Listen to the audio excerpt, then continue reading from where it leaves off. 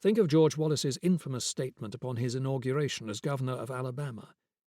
"In the name of the greatest people that have ever trod this earth, I draw the line in the dust and toss the gauntlet before the feet of tyranny, and I say, segregation now, segregation tomorrow, segregation forever." Segregation did not last forever, but what Wallace said about it tarnished its reputation forever. It was clearly racism. Yet the rhetoric that revealed Wallace to be a populist centered on his claim exclusively to speak in the name of the greatest people that have ever trod this earth.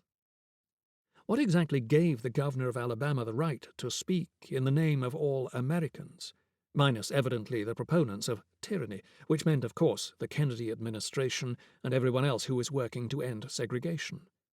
And what allowed him, furthermore, to claim that the real America was what he called the great Anglo-Saxon Southland? Clearly, everything good and authentic in the United States was Southern, or so it seemed when Wallace exclaimed, "And you native sons and daughters of old New England's rock-ribbed patriotism, and you sturdy natives of the great Midwest, and you descendants of the far West flaming spirit of pioneer freedom, we invite you to come and be with us, for you are of the Southern mind, and the Southern spirit, and the Southern philosophy. You are Southerners too, and brothers with us in our fight." Toward the end of the address, Wallace claimed that virtually all founding fathers had been Southerners. This is the core claim of populism. Only some of the people are really the people. Think of Nigel Farage celebrating the Brexit vote by claiming that it had been a victory for real people, thus making the 48% of the British electorate who had opposed taking the UK out of the European Union somehow less than real. Or put more directly, questioning their status as proper members of the political community. Or consider a remark by Donald Trump that went virtually unnoticed, given the frequency with which the New York billionaire has made outrageous and deeply offensive statements.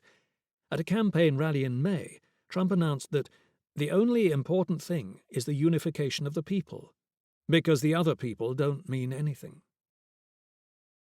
Since Greek and Roman times, the people has been used in at least three senses. First, the people as the whole, which is to say all members of the polity, or what used to be called the body politic. Second, the common people, the part of the res publica made up of commoners, or in modern terms, the excluded, the downtrodden, and the forgotten. And third, the nation as a whole understood in a distinctly cultural sense. It is plainly inadequate to say that all appeals to the people qualify as populism. An idealization of the people. Think of Bakunin saying, "The people is the only source of moral truth, and I have in mind the scoundrel, the dregs, uncontaminated by bourgeois civilization," would not necessarily be populism, though the Russian Narodniki in the late 19th century understood populism in precisely this way. Less obviously, advocacy for the common people, or the excluded, even if it involves an explicit criticism of elites, is also insufficient evidence of populism. For a political actor or movement to be populist, it must claim that a part of the people is the people, and that only the populist authentically identifies and represents this real or true people.